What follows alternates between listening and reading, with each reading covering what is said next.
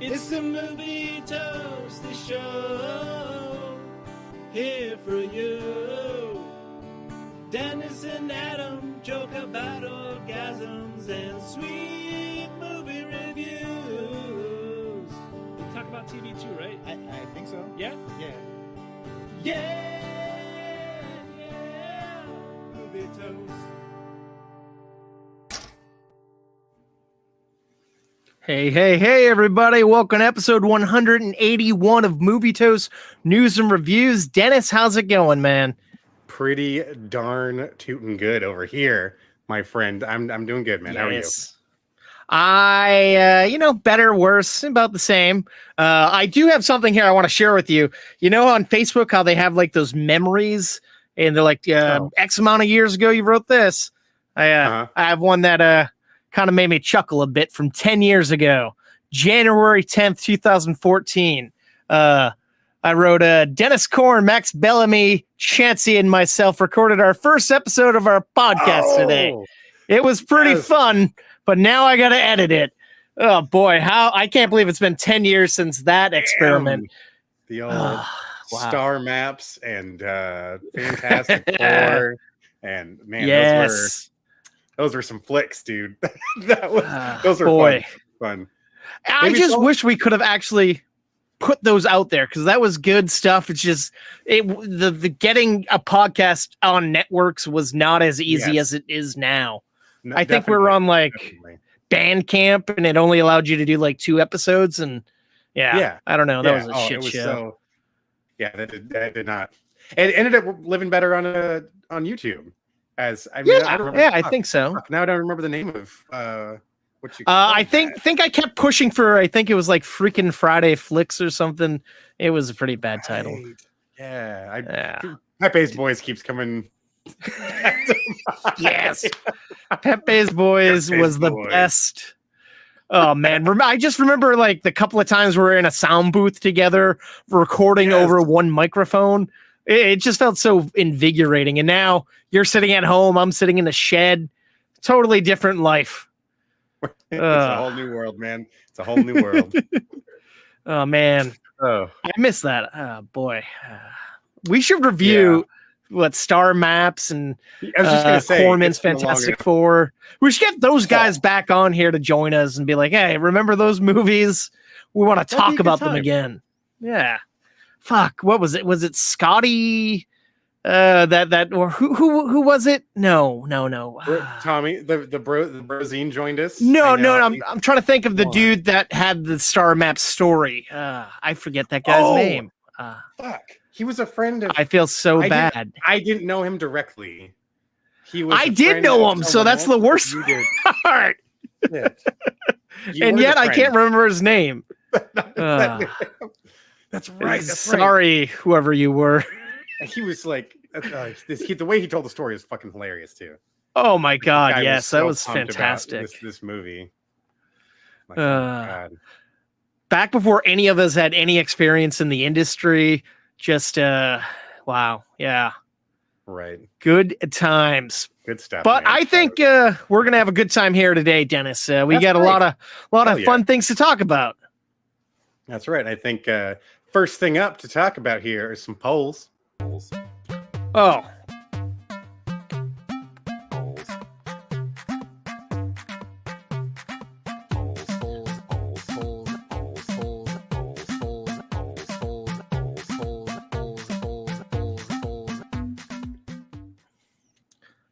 That song never gets old to me, man.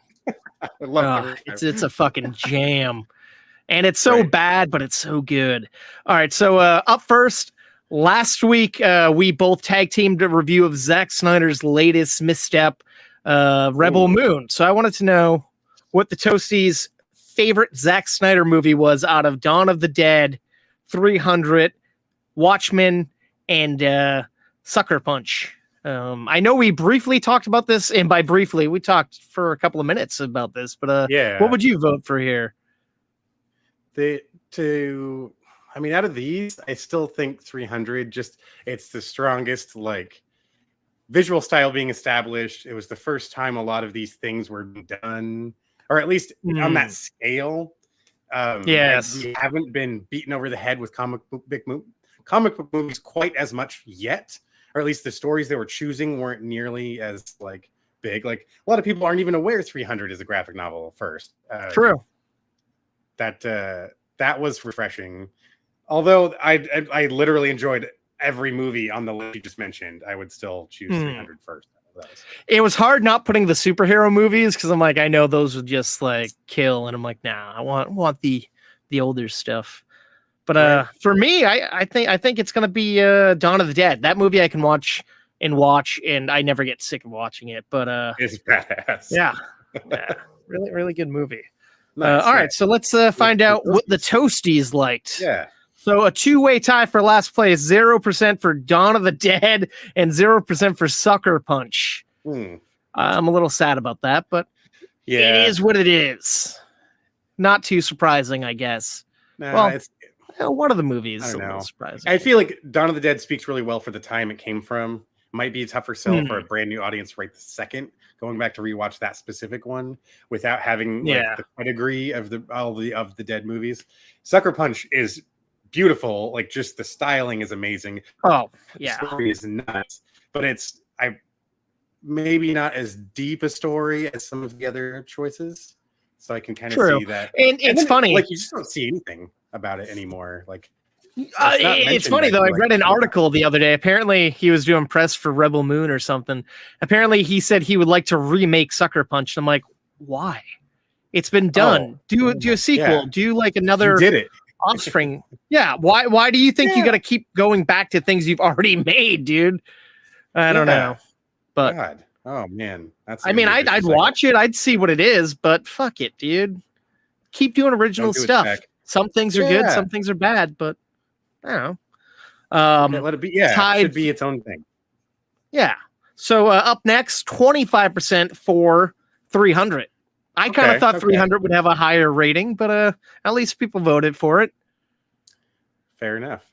It's so that leaves 75% for Watchmen, which I remember seeing it opening night at the Cinerama Dome, and I don't remember anything about it. And I always say I'm going to go back and rewatch it because it looks so badass. But I remember it being long, slow, and boring. But I feel like everyone talks about how great it is. So I got to watch that. And I still haven't watched the Max series that everyone said was phenomenal. Yeah. I know that's not Zach, but curious. Oh, still the continuation of the world. Yes. I loved the comic. The comic was great. And then having read that immediately before the movie, I think might have skewed a little bit how I took the movie in, because there were certain things I was excited to see that they then rewrote for the film. And I was like, oh, I kind of get why you had to make this change with instead of it being a monster, it's Dr. Manhattan. I'm like, okay, maybe that's a little more digestible for the general audiences in America. And but, and for a while, didn't DC have like Countdown to Doomsday or something? Like didn't they have like Watchmen tying over into other books or something like a couple of years back? There was some, it was, I think, because there was a spin-off series or something. So that's the correlation. I believe that was the correlation between that and the storyline of Watchmen.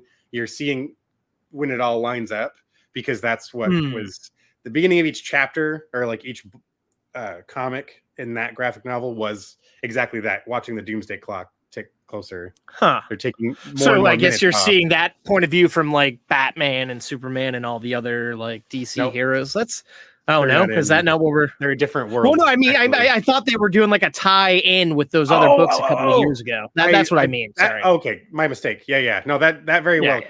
That I'm not aware of personally, but it would make sense though, because it's given that Watchmen's supposed to be a very specific point in time. You can make the other things work around it. As fucking, I mean, what era does Batman live in anymore? Anyways, he lives in modern United States. True, he's all around, dude. In the 1940s, it's like Superman. They all got to get their revamp and shit. So, true.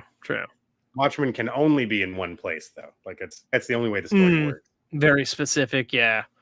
Unless you do a spin-off, prequel, serious show that people love, but I don't know. True. Yeah. None of us have watched it, so we can't really talk to that.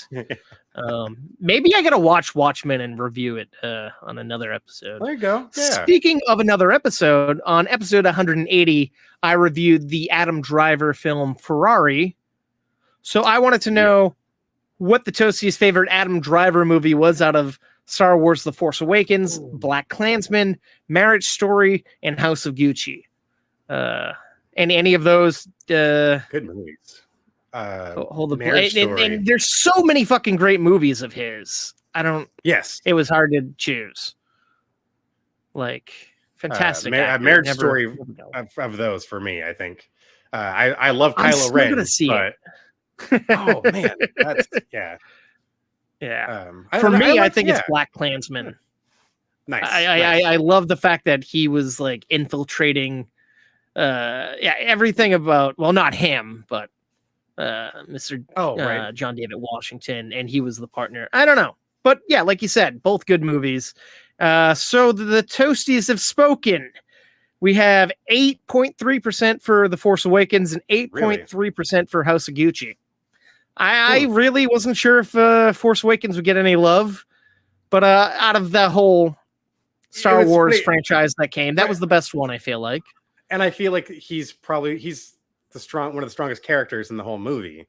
Oh yeah, enough, introducing a new badass villain that's really fucking cool in my opinion. I really liked his character, and it's interesting when he first signed on. I was listening to him on a podcast recently. Apparently, it was supposed to be a different arc than Darth Vader. It was supposed to be he was kind of weak and not very good at what he was doing in the first place, and then he would get darker and darker as the movies went on. But of course, they abandoned that, and they didn't follow that line. Would have been pretty cool. Fucking if anyone got to finish writing any one of these fucking stories, maybe we would have had a different outcome. But hey, true. Let's just keep shuffling it to the next director and writer. Hopefully, it will make a cohesive story. Yes, but let someone sit down and do fucking. If you're gonna do another 3 movies, make them do all 3 movies. Like, well, I mean, Laura. So talking about that, we know that fucking they're doing like a movie with Ahsoka tying the TV world together, and then they just announced that they're doing a Mando and Grogu movie, and then they're doing the Rey movie. It seems like they're going back to being like, whatever, we'll do whatever we want. But it's like, yeah, these other things. It's like. As much as I love those characters, I don't think they need their own movies now. We're already watching a fucking thing. Yeah. What are you trying to get? And we're getting more than we would in a movie by these weekly episodes. Exactly. Now put the characters in another story, maybe. Yeah. But don't just call it the Ahsoka movie and the fucking Mandalorian movie. By the way, let's start naming the character. Let's push the names out a little harder so people start saying Din Djarin and Grogu. Din Djarin. Din Djarin. Grogu. Right. Although I feel like people still call him like Baby Yoda, and it's like, fuck you guys. It's been years. Move on. I just always forget how to pronounce Din Djarin, so I call him the Mandalorian because I'm lazy. So I guess that's probably why people call him Baby Yoda, because they forget Grogu. I don't know. No excuses. 25% for Black Klansman, and leaving your favorite choice, 58.3 for Marriage Story. It's a fantastic film. Yeah, that's definitely should check that one out, man. Yeah. I don't know why I never got to. The pile, the stack. Oh boy, I just realized I already have the ticker for a totally different movie playing here. Wow. Oh, sorry about that. Don't know how that happened. Sneaking ahead. Sneak preview. Yeah. So should we get over into our reviews, you think? Oh, let's do it. Yeah, I'm up for some reviews. I think you're kicking us off, man. What you got here? That's right. Up first, I have. Let me get rid of this fucking ticker here from Marriage Story. Love it. Yes, I have the new movie American Fiction. I say new movie. It's technically came out last year, but it's still being released. It's funny. I saw this movie 2 weeks ago, and I just saw a movie last night, and it was the trailer for this movie was playing in front of a movie I saw last night in the same theater that I saw this movie at, and it just was like, what? Seems like an odd choice. That's kind of a mindfuck. Yeah. Yeah. So this is a American Fiction starring Jeffrey Wright. He's kind of an African-American writer. He hasn't written anything that's gotten published in about like 10, 12 years. He has a new novel that he wrote, but nobody wants to buy it because it's not black enough. And he's like, that makes no sense. I'm a black author. It's a black story. Just because it's not like set in the ghetto and people are affluent. Using cliches or anything. Yeah. Yeah. Okay. So interesting. One night he gets drunk and he's like, fuck it, as a joke, I'm gonna write a ghetto story. It's gonna just be the dumbest, shittiest thing. Nobody will ever want to publish it. Oh, no. Sent it to his agent. The agent sent it out. He's like, I don't really feel comfortable sending this out, but I'll do it. And then sure enough, everyone wants it. It gets eaten up. That's crazy money is thrown his way for the book. Someone wants to offer him $1 million to make it a movie. And the little kicker here is he used a fake name as the author, and he never shows his face in front of anybody that he's talking to or being interviewed. They made up a character, him and his agent, that is an ex-convict who is currently wanted by the law. And that's why he can't be in person and nobody can see him. And it just escalates and like kind of eats away at him. He hates the fact that nobody can really, that people are liking this. And even other African-American people are loving this. And I am sorry, but I lost my internet connection, Dennis. I'm going to peace out and be right back. Oh, good. Just a quick break, folks. I'll be sitting with you for a moment. Sorry. It's just the movie toaster Dennis here. But happy to announce the opening of the submissions for the 2024 Movie Toast the Festival happening, you guessed it, this December. It is going to be another jam-packed year of fantastic films. Already got half a dozen submissions in the first 2 weeks of January. So folks, please, if you got something sitting in your pocket, if you attended last year or you just missed out on last year's, this is the time. You can start throwing it in now. The earlier, the better. It is always a little bit cheaper, although we never ask for much. It's a small fee just to keep the lights on, just to keep the show rolling. Putting the finishing touches on last year's trophy right now in the process as we speak. Well, okay, not literally as we speak, but you get what I mean. Very excited to get that to the winner of the short film. She's the protagonist that won this year. So please great film. Come check out filmfreeway.com and search for Movie Toast the Festival if you want to submit to our festival this year. Yeah, fun times. I do apologize. My camera stopped working mid-review, but I am back. Sorry. We're back. Thank you for the ad. I appreciate that. Stalling and buying time. Always ready to go. All right. So, like I said, he created a character and things are escalating. He hates the fact that people are loving this, and it's just ruining his life, even though it's everything that he's wanted. People are talking about him, but not technically him, a fictitious character. And as all that's happening, shit is crumbling in his real life. Someone very close that he loves died. Someone else is just diagnosed with a terminally ill disease. The only upside is he started a new relationship. So that's kind of nice. And he kind of just lost his job because he kind of flips out at his students. Sorry, he's a professor of literature. And not a lot of students like him. So shit wasn't going his way. Now he has a top best-selling book. He's in a new relationship, but his life is just not where it should be. This movie has a great cast. Like I said, we got Jeffrey Wright as the main character. His brother's played by Sterling K. Brown. Nice. His sister's played by Trace Ellis Ross. Issa Rae's in it. Keith David and some other faces that you might know and recognize. Badass. Badass. Fucking everyone's giving a great performance. I went in not really knowing anything about this movie. I just know the poster. I'm like, oh, I've seen the poster. So I assume this guy becomes like a thug or something. Totally wrong. 100% wrong. Happy that I'm wrong. And I was pleasantly surprised it was shot and took place in Massachusetts. And there's a lot of Easter eggs that you'll get if you're from Massachusetts in there. But overall, this movie is phenomenal. I really had a great time watching it. And there's so many emotions. You'll laugh, you'll cry, you'll feel uncomfortable, but you're just going to have a very interesting viewing experience, I think, if you see this movie. Awesome. I'm going to give American Fiction, 100%. Like I said, it's still in limited release. It's becoming wider. Check it out if you get a chance. Fantastic film. I'm going to give it 3.5 slices of toast. Badass. Nice. Solid. Yeah. That's a solid flick. Heck yeah. Very much a worth watch level of sliceage right there. I think so. You got another flick for us before I do. A couple of my own reviews. Now, I saw the new Hulu comedy Self-Reliance. I saw this 2 weeks ago in the theater. They had a one-night event, and I'm a big fan of Jake Johnson. He wrote, directed, produced, and stars in this movie. So I'm like, wow. I'll go see it on the big screen. Cool. Yeah. And I mean, he's worked on some mumblecore movies in the past that he's written, and he wrote Let's Be Cops.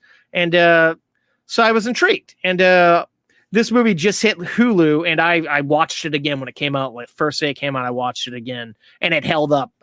So this movie has an interesting premise. Jake Johnson's character is kind of in a rut. His girlfriend of like 28 years broke up with him. He's living with his mother. He has a shitty job that he hates. And one day he's just walking down the street. A limo pulls up. Window rolls down. Andy Samberg is holding a little like piece of paper with his name written on it. And he's like, "Is this you?" And he's like, "Yeah." He's like, "Want to hop in the limo with me?" He's like, "Sure, why not?" And like, he's kind of excited. He's like, "Oh, you're the actor Andy Samberg." And he's like, "Yep." And then Andy is like talking to an audience that doesn't exist. And he's like, "What's going on?" He's like, I can't tell you anything, but and then they pull up to this warehouse, and he's like, "So if you want to continue this journey, go inside that warehouse, follow the red arrows, and people will explain what's going on." And since he has nothing to lose, he's like, "All right, fuck it, I'll do it." So he goes in. There's these two foreign guys who pitch him this interesting opportunity. So essentially, they are running a game show that's hosted on the dark web, and if they've been watching him and they want him to protect. Oh shoot! Oh, sorry, folks. Looks like Adam cut out again. We're trying to get him back as soon as possible. I know that was a really intriguing. I wanted to see what that was about. I'm going to get vibes of like The Game, the Michael Douglas movie. I don't know if you folks are familiar with. I'm curious. That was going to be my next question, and see if that was going to be that style of flick there. But we'll get Adam back as soon as we can. He's coming right back now. I'm sorry, I don't know what's going on. My internet just actually died. Really intrigued. Oh boy. I don't know where it fucked up, but I'm just gonna go where I think I'll pick up. So he walks in, he meets these foreign guys. They tell him that they're hosting a game show on the dark web, and they want him to participate. And he has to survive the next 30 days. And assassins from all around the world are gonna be hunting him down. And there's a chance the assassins might not even get to him because they're from all around the world. And if he survives, he'll get paid $1 million cash. And he's a little hesitant until he finds out about this one kind of loophole, kind of rule, I guess, but he looks at it as a loophole. If he is with someone else, no one can touch him. No one can harm him. He has to be within like reaching distance of the people. If he's in a room and someone walks to the other side of the room, he's fair game. That way, no one's in harm. And he decides, fuck it. That sounds really easy. 30 days, I can do that. So he accepts. He thinks his family will help him. And he pitches this to the family, and they think he's fucking crazy. Sure. And they're like, we're not gonna help you. No. And so he says, all right, fine, I'll be fine. And then one night he thinks he's being hunted. So he goes to his sister's house. She's not there, but her husband is. And the husband, I'm sorry, I'm getting too much into this. Sorry. So essentially it doesn't work out. He ends up paying a homeless gentleman to shadow him, to be with them. And that way he's set. And then he also put out a feeler on Craigslist, seeing if anybody else was participating in a game. And one other person responds, and that's Anna Kendrick. And they meet up and they decide to team up together. She has one less day left than him, but they decide if they're together, it'd be safe. They also have the homeless guy with them. And so it's just watching them. And then, of course, there's moments where he's by himself and he has to survive. And these killers are kind of wacky. So the first killer is like a cowboy. Then there's another killer who is a giant wearing a fucking Michael Jackson Thriller jacket. Another killer is dressed as Mario. And then it just goes on and on from there. Yeah. And funny. There's a funny scene where he is beat up by an Ellen DeGeneres impersonator. So many wacky things. And when these things happen to him, he'll in the moment you're like, yes, this makes sense. This is 100% viable. This is happening. That's insane. And then he tells other people, and it just sounds so fictitious. They all think he's like on drugs or making this up because it's so wacky and weird. Right. And it's just the wackiest. You never know where any scene's gonna go. And there's so many cameos. Crazy. Yes. Oh it's insane. It's loaded. Hell? And this movie's, So you got Andy Samberg, Natalie Morales, Christopher Lloyd, Wayne Brady, so many people. And the best character in this movie is the homeless gentleman, this actor named Biff Whiff. He's a character actor. A lot of people might know him from the Tim Robbins show, I Think You Should Leave. This guy steals every scene he's in. He's so fucking hilarious. It's fantastic. And the two of them together, it's just gold. And this movie is so fucking great. It's my favorite movie of the year. I know that's a little crazy because the year just started, but it's so fucking good. Like, I can't praise it enough. I'm going to give Self-Reliance 4 slices of toast. Damn. Only thing that kind of seems weird to me, there are some scenes earlier on that are like anamorphic and fish-eyed, and it's like, I don't get it, the choice, but whatever. The music's fantastic for it. The scenes are great. But it really makes you question whether he is like imagining this or if it's really happening. Even though you're watching it, you don't know if it's in his head. Mm-hmm. And it's great because he's also told that he's always going to be kind of watched by PAs, but he'll never see him. And he's like, oh, so they're like ninjas. And like, then you see these like acrobatic fucking PAs popping out of nowhere in some scenes. And it's so fucking, and it's insane. I employ everyone out there who has Hulu and likes comedy to check this movie out. It's so fucking awesome. Well, I'm adding that to the queue right as soon as we're done recording. Oh, please do. I was tempted to ask you to watch it because I really want to know what you think. I could be wrong, but I didn't want to persuade you. I was hoping maybe my review could do that.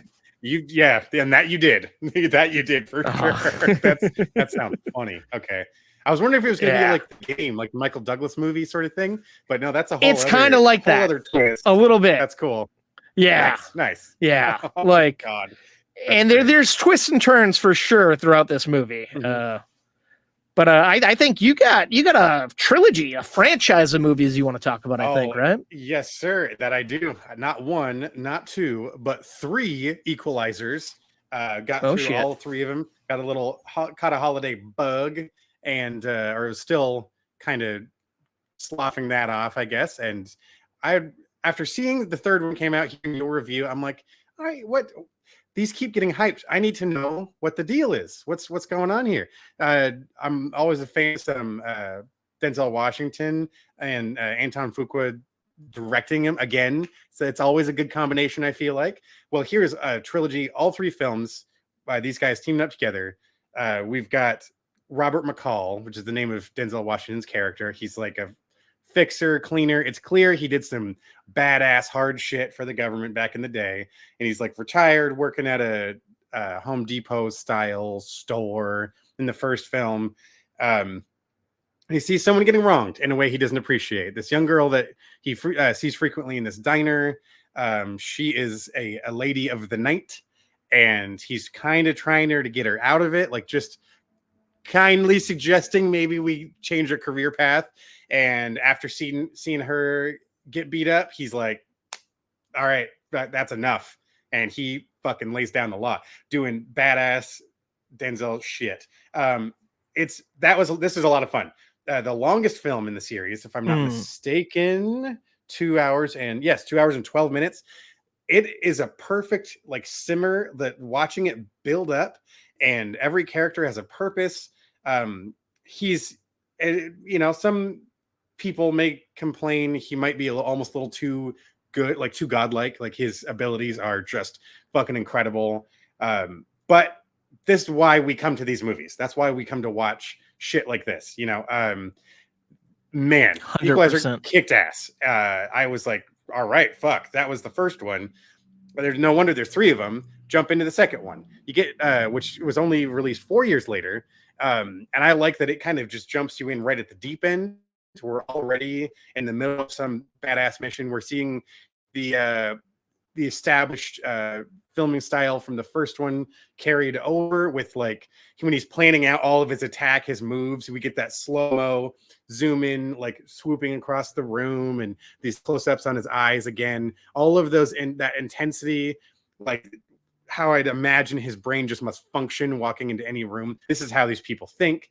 This is Sam Fisher, fucking Splinter Cell badass, and it kind of just does it again in the best and the worst ways, I guess. Maybe not, and worst I'm using lightly, but it is kind of the same movie again. Nothing wrong with it, really. I still had a lot of fun. The cast was really cool. I didn't realize Pedro Pascal was in it, and he was doing a killer job. You kind of had a lot of parallels, there's the main big bad, then there's the kid that we're trying to help. At least we had a different story. One of his neighbors in his apartment complex, he's kind of a gangbanger, but he's trying to get out of the game again and get into art school and stuff. Like we polish off a couple of characters we introduced in the last one. I kind of like that being the crossover of how we got there. Still fun. I enjoyed that quite a bit, but it still kind of feel like, all right, we're kind of making the same movie again. It's still 2 hours. So I enjoyed that we took the time to build all of these elements up and gave weight to everything. Third one. Now, Adam will be right back with us, folks. Don't you worry. Now, once we hit the third Equalizer film, immediately I noticed the runtime, like 40 minutes shorter almost. I mean, by the time we hit Equalizer 3, it barely, an hour and 49 minutes is what Google listed as. I still feel like that sounds even a little longer than it actually is, but I'm sure that's what it is. He's totally out of the game. He doesn't live in the United States anymore. He's established a new life in Italy on the back of another mission. It's kind of a similar thing where it's kind of started up at him doing something badass. But this one kind of gives us no time to appreciate where he is, what he's doing. It's like, it knows where it is in the series. It knows it's the third movie, but I kind of missed having those moments to savor the world, to really get to know the characters and really have them matter a lot more. Because this one is just like, bam, bam, bam, bam, bam, we're through it. Like by the time we got to the end of the movie, it's like, oh shit, we're in the third act. This is the final battle. I was like, oh my God. I appreciated the buildup a little more in the first 2. Third one shorted itself by not really, I think, fleshing out everything. It looks gorgeous. The film locations, I like that they've gone to Italy. It still has all of those elements you want from an Equalizer movie. It's just, maybe we told Denzel, hey, you know what, buddy, you don't need to run around as much in this one. Don't worry. Like that might have been one of the selling points or something. Yeah, you'll be immobile most of the movie, but it's cool. Exactly. We'll make a reason for it. Exactly. But I still had fun watching it at the end of the day. Equalizer movies, though, they kick ass. McCall is another action character name that we need to like add to the compendium of badass fucking action movie characters. And I would like to give Equalizer 1 3.5 slices, Equalizer 2 3 slices, Equalizer 3. It's where I get kind of watching them back to back like that. I think really skewed my perception of it. So that one I think is. I almost want to say 2.5. I know it sounds like a really hard ding, but it's like, hey, it's all good. I think there's a reason why we took this long to make him, and like this was so spread out. I hope let's put him to bed though. You know, I love Denzel in this style of role. Let's just give him a different character now. Equalizer films, all great stuff, but I still think they're enjoyable flicks to check out. First one's always best though, right? As they say. Like, it's interesting. I've been listening to a podcast, of course, and the past I listened to 2 that had Paul Giamatti on them, and he was talking about like being a big fan of these movies, and like he's like, I just watched them, I love these movies, and I'm like, I don't know why I find it hard. That's like someone that seems like so fucking like kind of mature and elevated, like Paul Giamatti is like a big fan. It's like you think he just watched like art house movies and these very intense acting pieces. Yeah. Like, no, not at all. Which I guess he is in a lot of these types of films too. I mean, we're just what's the like shoot 'em up? I think of when I think of him doing that's action movies. Yes. Loved that's that what movie. I was trying to think of. So schlocky and dumb. Fucking all over the place, man. That was wild, but it is a good time. Yeah. Good point, though. Good point. I mean, I totally see Giamatti in a film like this, whether he's supporting the main guy or maybe he is one of these dudes. You know, just or maybe even he could be the bad guy. He could do them all. Yes. Like, it'd be interesting. Look, he can. Oh my god, yeah, that guy can do whatever the fuck he wants to, man. Right. But enough of the badassery of Mr. Washington here. Unless he's in your next review. Actually, I don't know. He's not, but I will say, if you have Peacock, check out The Holdovers. Fantastic film. It's now on Peacock. One of my favorites of last year. Yep. And I will apologize if you're watching this podcast. My nice new camera is glitching, and I'm very my audio's not sunk up apparently. But anyways, I have another actor who's rather always interesting to watch, starring in this next movie. The movie I speak of is called All of Us Strangers. I knew nothing about this movie, and I watched the trailer. Here's what I thought the movie was. I thought there was this man who kind of had a bad childhood, and he goes back to his family home. There's a new family there. He pays them to act as their child, and kind of like the Ben Affleck Christmas movie, Saving Christmas. And then he falls in love with like the dad and has a weird affair. That's what I thought the movie was. And I'm like, I'm intrigued by this premise. Not that movie at all, but I still had a great time watching this. It stars, the main character is played by this British actor, Andrew Scott. You might know him as Moriarty on Sherlock. He was also the priest in Fleabag season 2. This guy is just a fantastic actor. Everything I see him in, he's great. But he plays an author who has some traumatic events that happened to him when he's a child. His parents died on Christmas Eve, and he's never had friends, really. He's always been an outcast. And life is just rough on him. And he's currently writing a screenplay about his parents.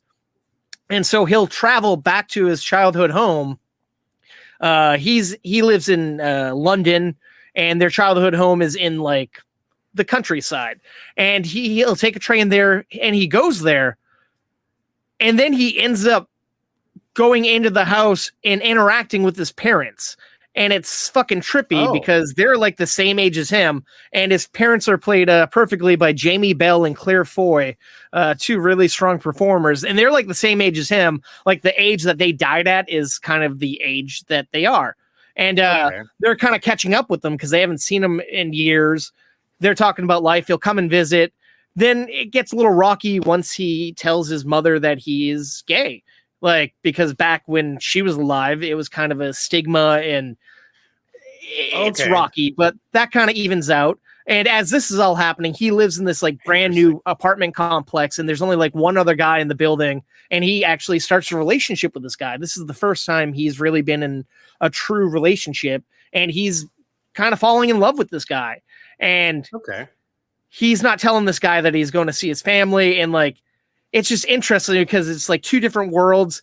You're seeing a very beautiful relationship with him and this other guy who's played by Paul Mescal. And they have a great relationship. And then you're seeing this beautiful kind of story happening with his parents. And it's kind of like, you don't know what it is. Are they ghosts? Is he losing his mind? And it's just like kind of becomes like a horror movie. Yeah. Tortured, right? Like, oh, yes, fuck, man. Yeah. And it's deep. Like, it very, very kind of like, because like you want to root for this guy because he's a lovely guy and his parents seem nice, and he's getting to kind of have that closure that he never got, and he's becoming the man that he always was supposed to be.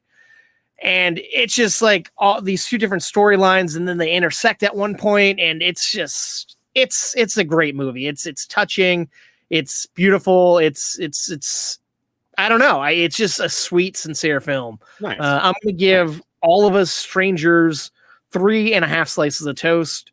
It should be a 4, but I don't know.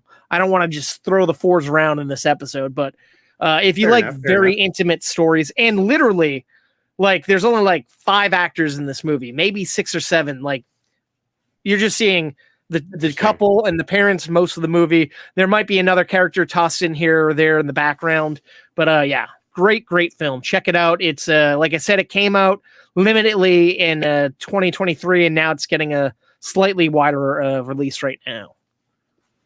Nice.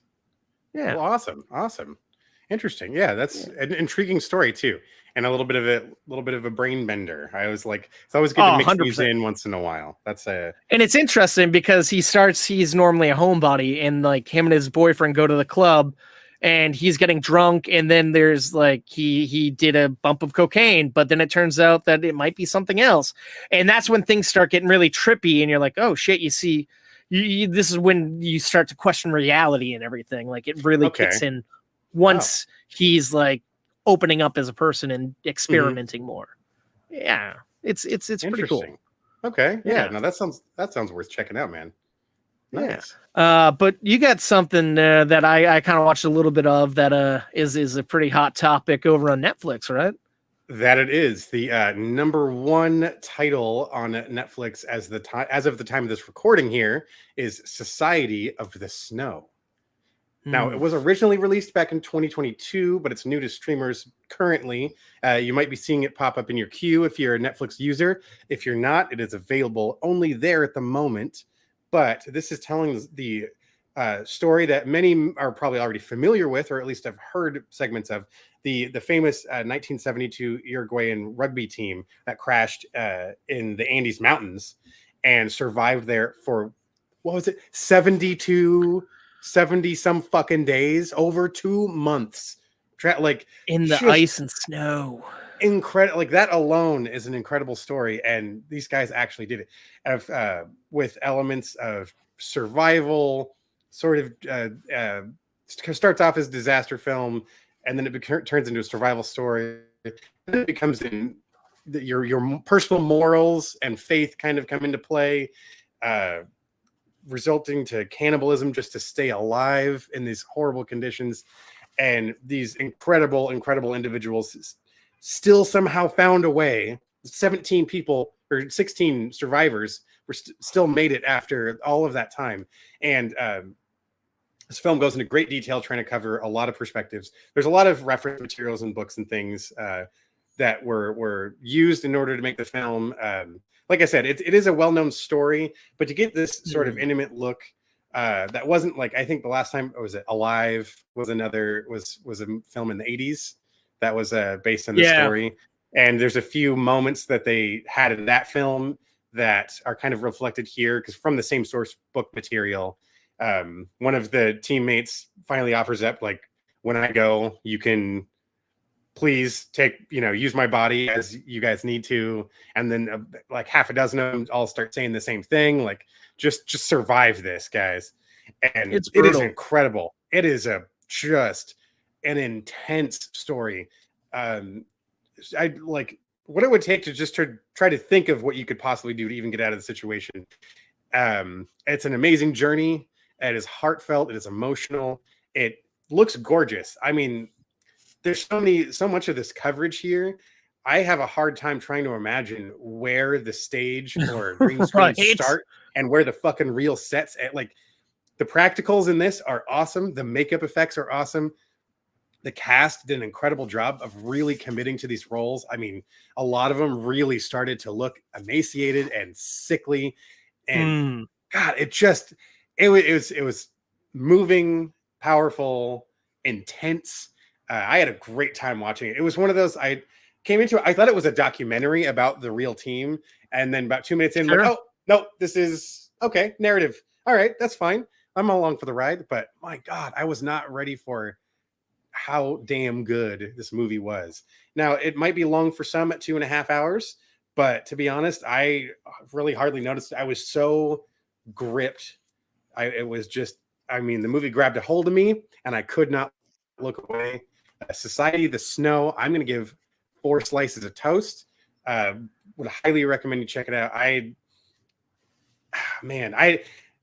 can't watch too many of these stories back to back, but it's one of those like, right when it hits you and it hits hard. But man, it was very well done. I would very much recommend it to anyone, even if you're not that familiar with the story. This is I think a good entry point into seeing a lot of the elements, a lot of the true life elements are explored here. And yeah, I had a great time watching. Well, I had a better time watching it than I'm sure these guys had. So, yeah, like it's funny. Like Sarah was like, "Oh, I really want to watch that. You have any interest?" I'm like, "Yeah, not really, but you can watch it, sure." And then I sat down when she was watching it, and I got kind of intrigued. Like, I thought I'd have no interest because I'm like, I don't want to watch these poor people suffering, but it's just like so crazy intense. Like the fact that they really bonded, and some of them didn't even really know one another very much. And like how they would try to stay chipper and take photos of everything and just document it as it's happening and fighting for one another. And the worst part, the craziest part is like when they have a radio and they can hear, like, they know people are searching for them, but at one point the weather gets so bad during the winter, they're calling off like the month of December. They're going to start back up after the new year. And these people know that they're going to die if they don't get found by then.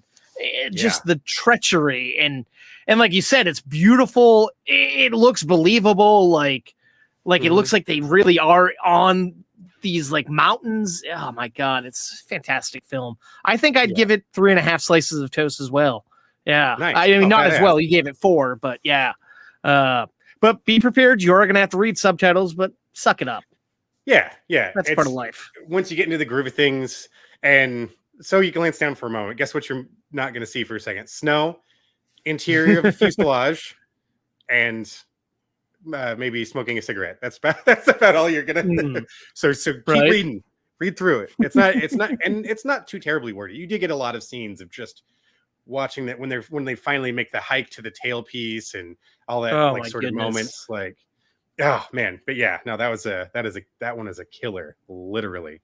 And it's interesting. We are hitting some #1 movies. This movie was #1 on Netflix. Self-Reliance is #1 on Hulu. So we're giving you some options: comedy, fucking treachery, but all beautiful films so far. Oh, absolutely.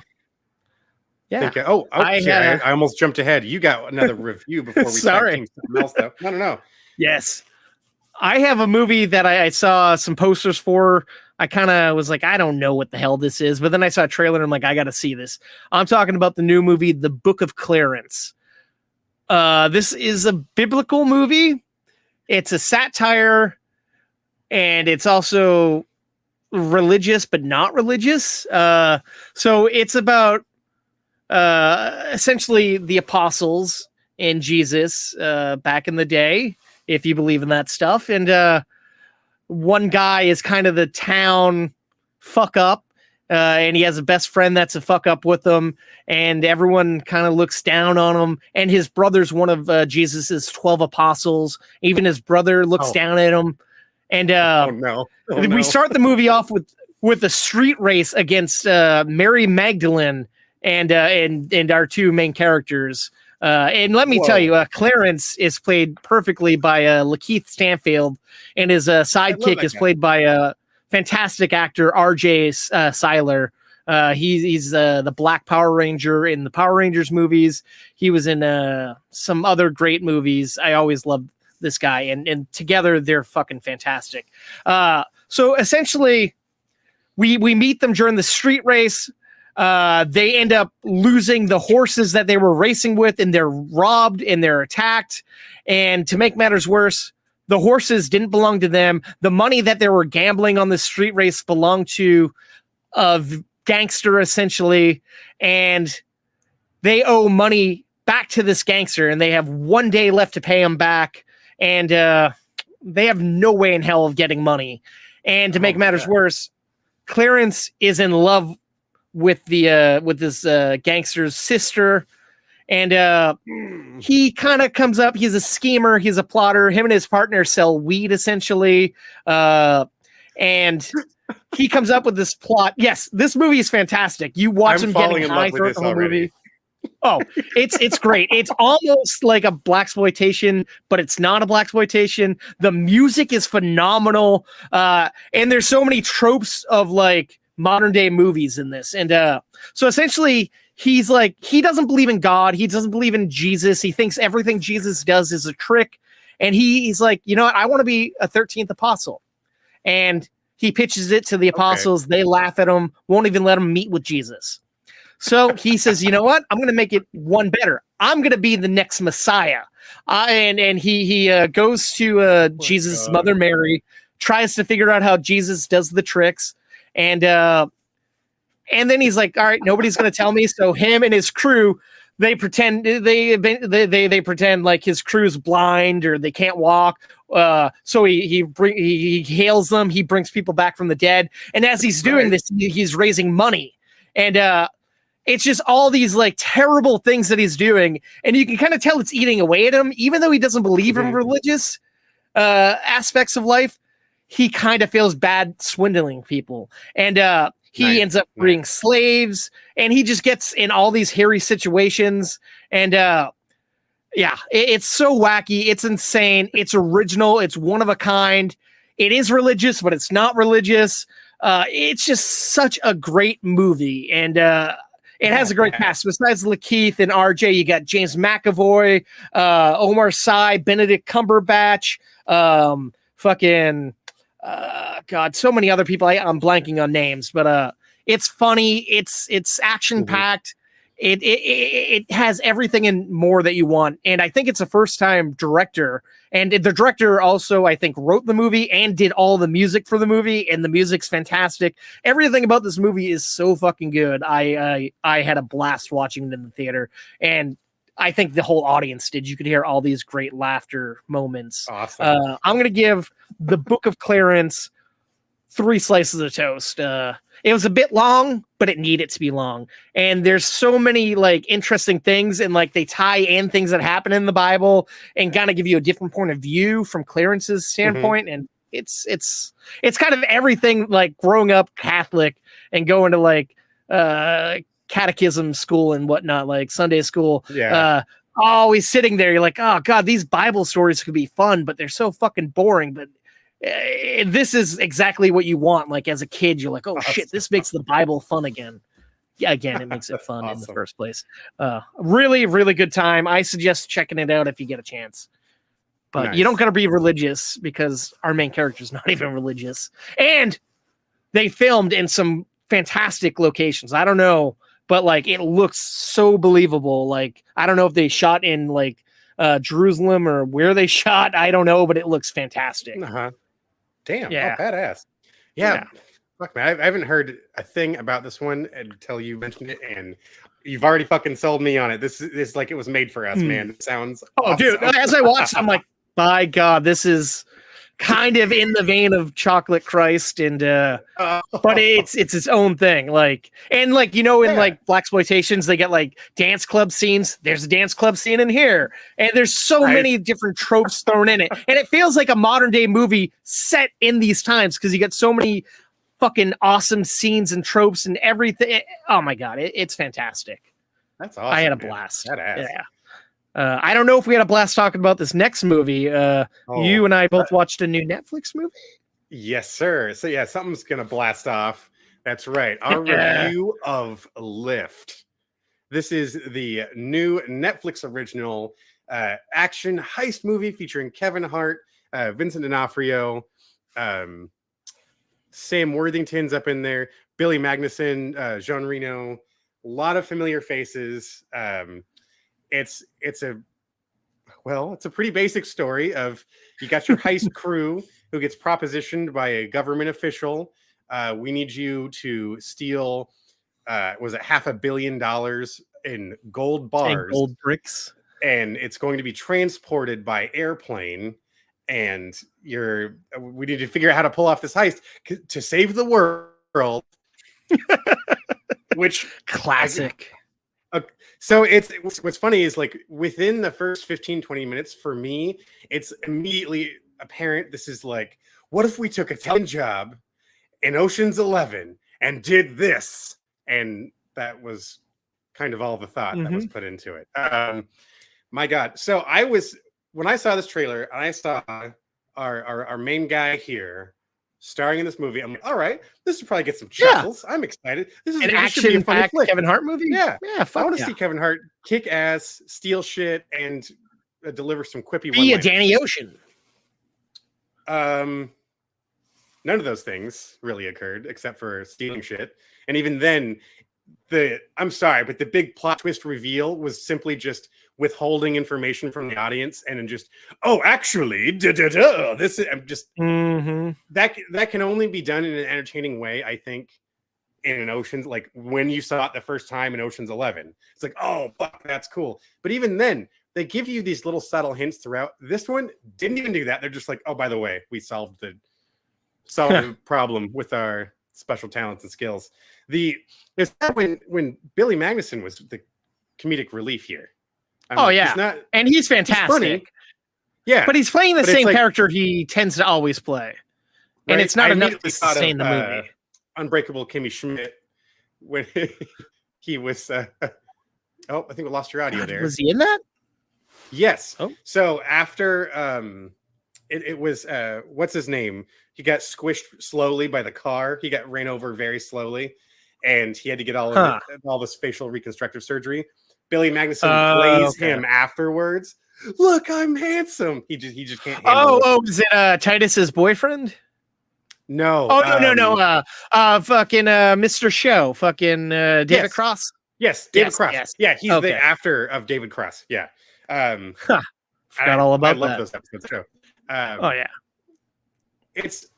You've got all these great pieces, and I feel like you just didn't use any of them the right way.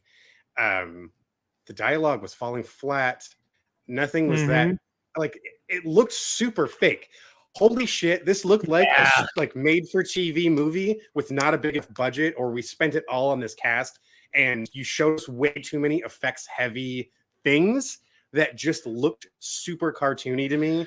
And I just, every time I tried to just suspend disbelief and just let it happen, something just slaps me across the face and is like, nope, you don't like this. You don't like this. You don't like this either.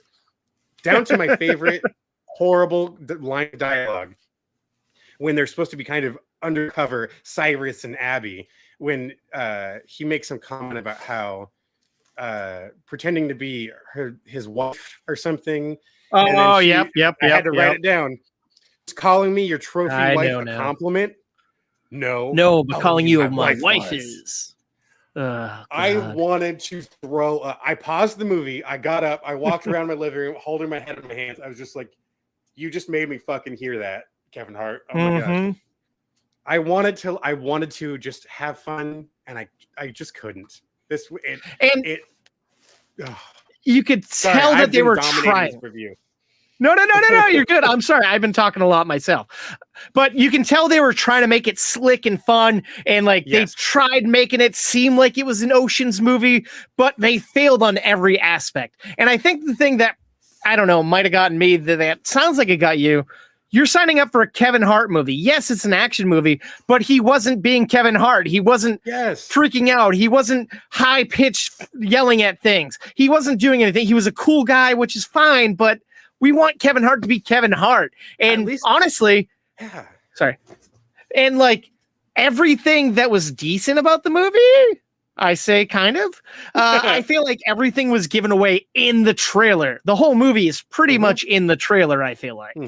And I don't know. I literally was coming up with the chyrons and doing everything to prepare for our episode tonight as I was watching this movie because I was that not intrigued.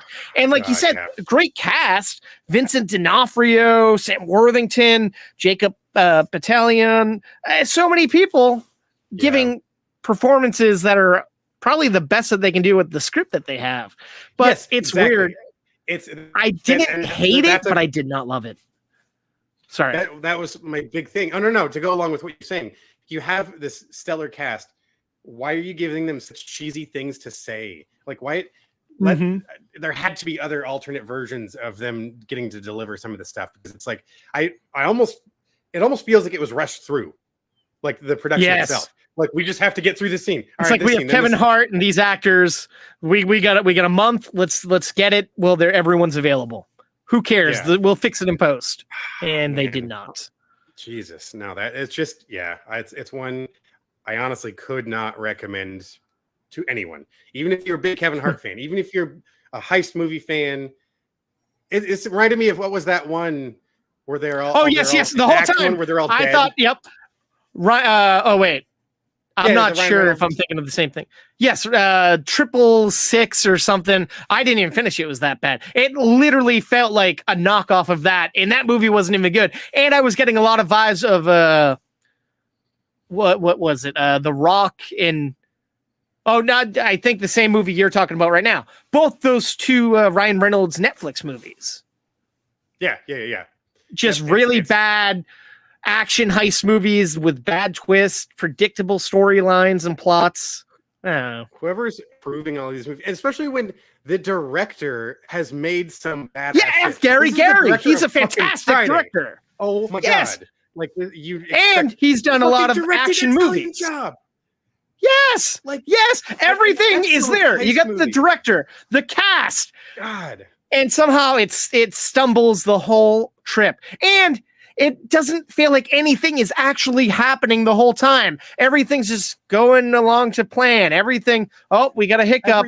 It's like, let's hit the beat by beat that we need to hit and get done. And it feels like the movie was like 2.5 hours, even though I think it was under 2 hours.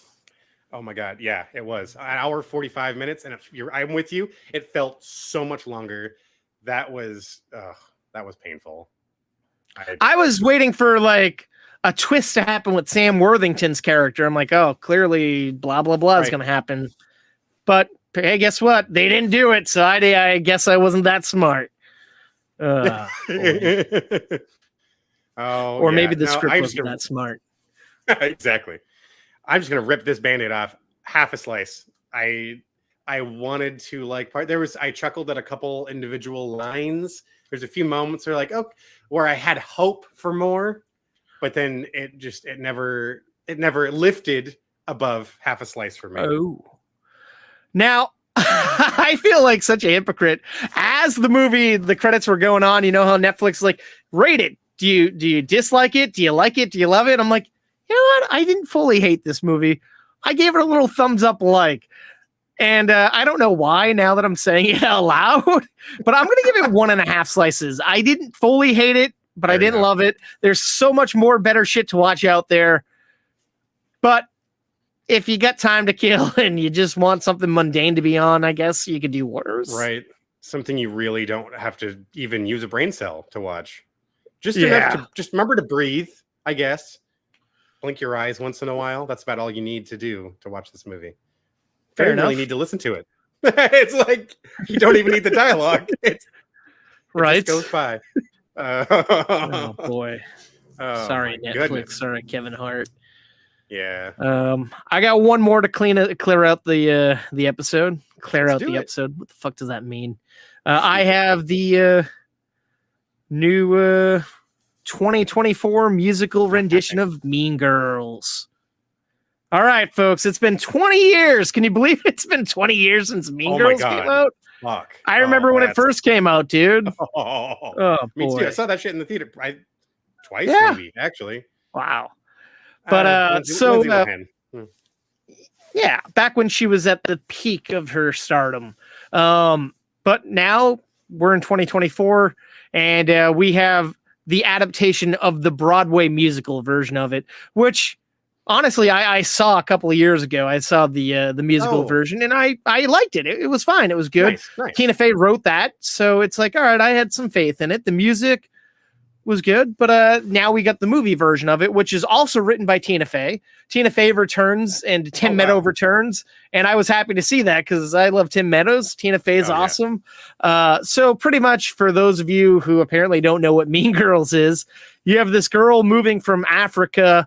She's now going to school. She's never really had friends. She befriends these two kind of outcasts, and then she gets invited to join this popular clique known as the Plastics, and she joins them to kind of infiltrate them to kind of pull a prank. But then she kind of likes them, and she kind of becomes one of them, and she kind of turns her back on her other friends, and that's kind of the premise of the movie. And it's essentially the same thing that you saw before, but with music. Every scene has a musical number. Now, some of the songs are bops, some are good, some are enjoyable, some are forgettable. Sometimes the music is so high, like the score, you can't hear what's audibly being said. And I'm like, okay, that's kind of weird, but whatever. Man. I don't know if it's a mix of the way it played in my theater, but it's good. It moves, it's brisk. The acting's all right. Now, the main character is played by Angourie Rice. She was in the last Spider-Man trilogy. She played Ned's girlfriend. And her mother is played by Jenna Fisher. The two of them actually look like mother and daughter, which is kind of cool. I believe it. And then you have Regina George, played by Renee Rapp. Apparently, she's also a singer, but I know her from the Max show, The Sex Life of College Girls. And her mother is played by Busy Phillips. And they also look like mother and daughter. So the casting is really spot on in this movie. Nice. And the movie is much more diverse than the original movie. Everyone's kind of represented, all different nationalities, sexualities, and it feels a little woke, I guess you could say, but whatever. It's 2024. That's life, man. If you have a problem with that, fuck you. Don't go to the movies. All right. Now I will say I felt probably never for you then, right? Like it's exactly. Yeah.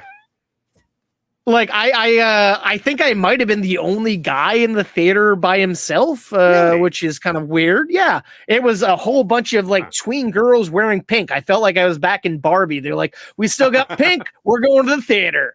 And honestly, it got yeah, it played pretty well. Like it was fairly enjoyable. I will say the first movie is hard to beat.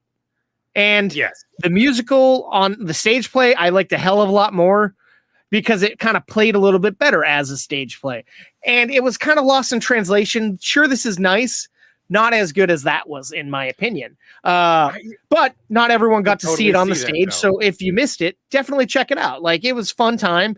I think everyone enjoyed it. I will say they're not marketing it as a musical. And that's, I've seen online, some theaters have been caught off guard by it. And it's like, well, sorry, you're here now. You can leave if you want, but why not enjoy it? I'm curious. Would you think it would have played better if they did it in a like Hamilton style, filmed it on stage? Maybe because it plays more. This is what I was thinking as I was watching it. On stage, you're seeing it as a stage play, and it doesn't have to fit the basic plots and beats and acts as a movie does. And that's everything just kind of melodically happens.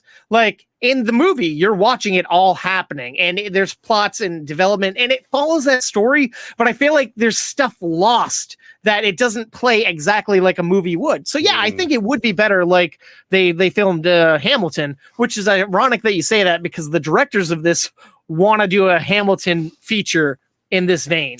So that's kind of funny, I think. Yeah. Okay. Interesting. Yeah. Yeah, because I totally see what you mean.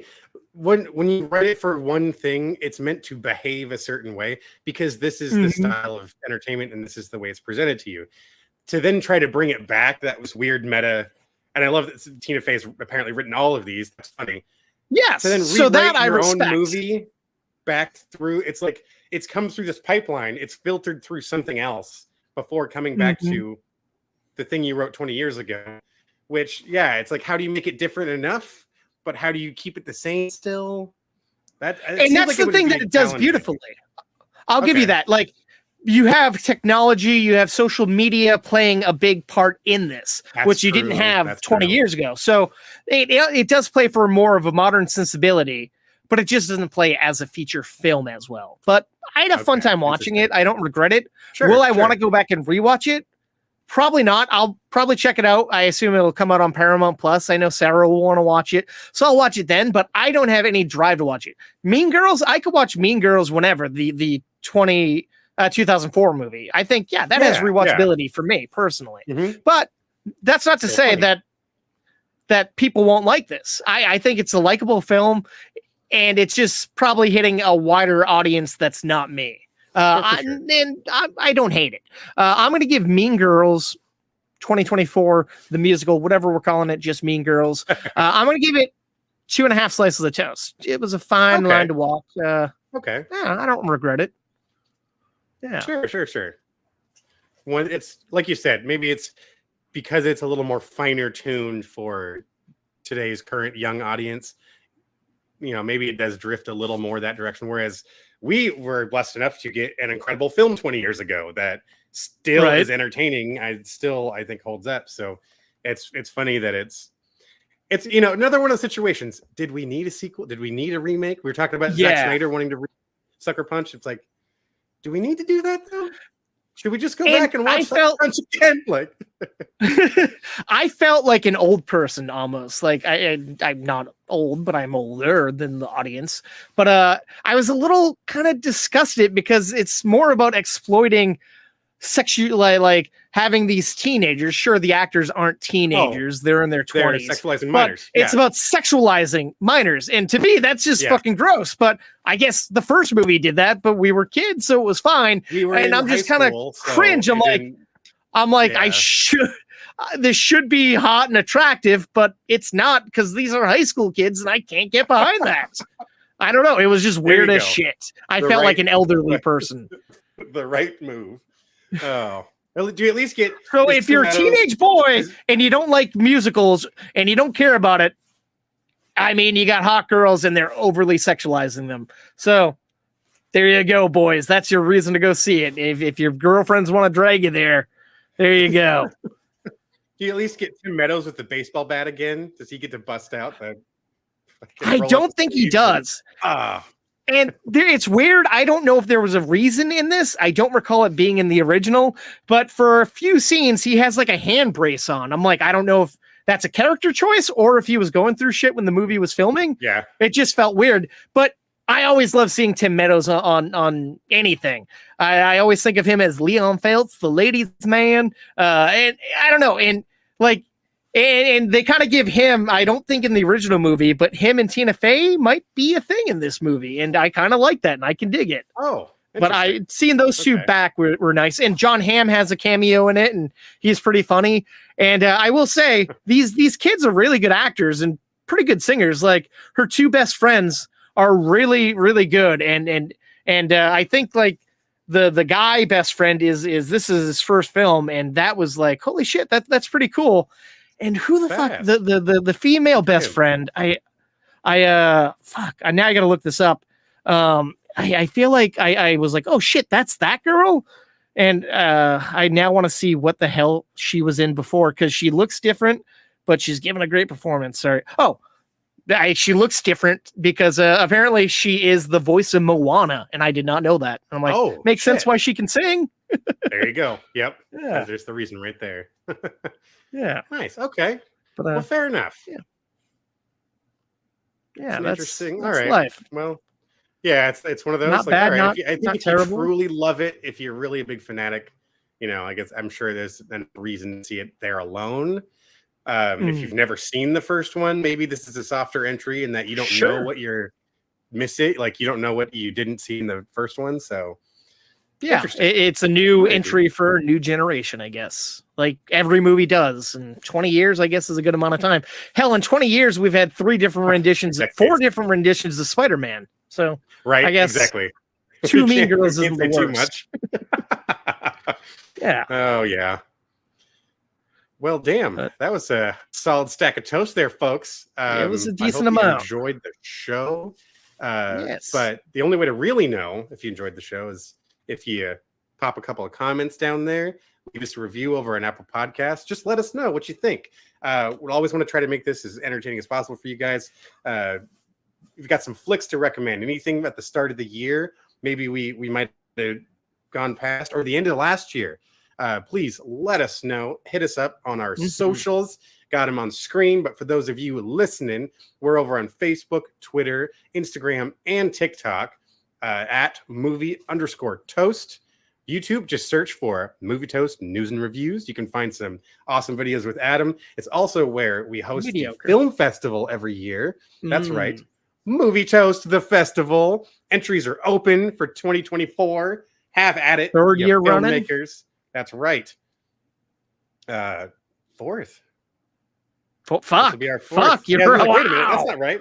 Wow. I guess we have been promoting the 3rd one, and it's still in my head as the 3rd. Of course. 4 years. Holy shit. We're beating our previous film festival. That only ran 2 or 3 years. Wow. Oh, good times. We're already getting some great submissions, and if you got some, throw them our way. We want to see some great movies under 15 minutes. We're always down to check them out. We'd love checking out things that aren't big Hollywood movies because we've made shorts. We know how hard it is getting eyes on them and getting an audience. We're not going to show it to a whole world, but we'll show it to as many people we can and kind of review it as we're watching them. Absolutely. But Dennis, if they can't do that, what can they do?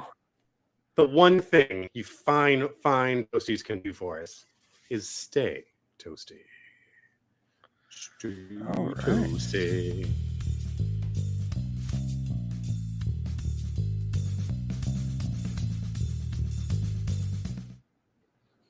You know what I really wanted to review on this, Dennis? We talked off mic a little bit. The new Peacock original prequel series, Ted. The show is phenomenal. Nice. If it is a movie tie-in. If you ever wonder, yes, that's on brand for us. If you ever wonder what it was like for young Mark Wahlberg and his teddy bear in high school, how they became stoners and burnouts and Thunder Buddies, this is definitely for you. If you want Seth MacFarlane unfiltered stuff you can't do on like fucking network television, they go hard, they go deep. It might take an episode or 2 to get used to, but after that you're gonna want to binge it. It's so fucking good. I watched the series starting back in November and I haven't been able to talk about it.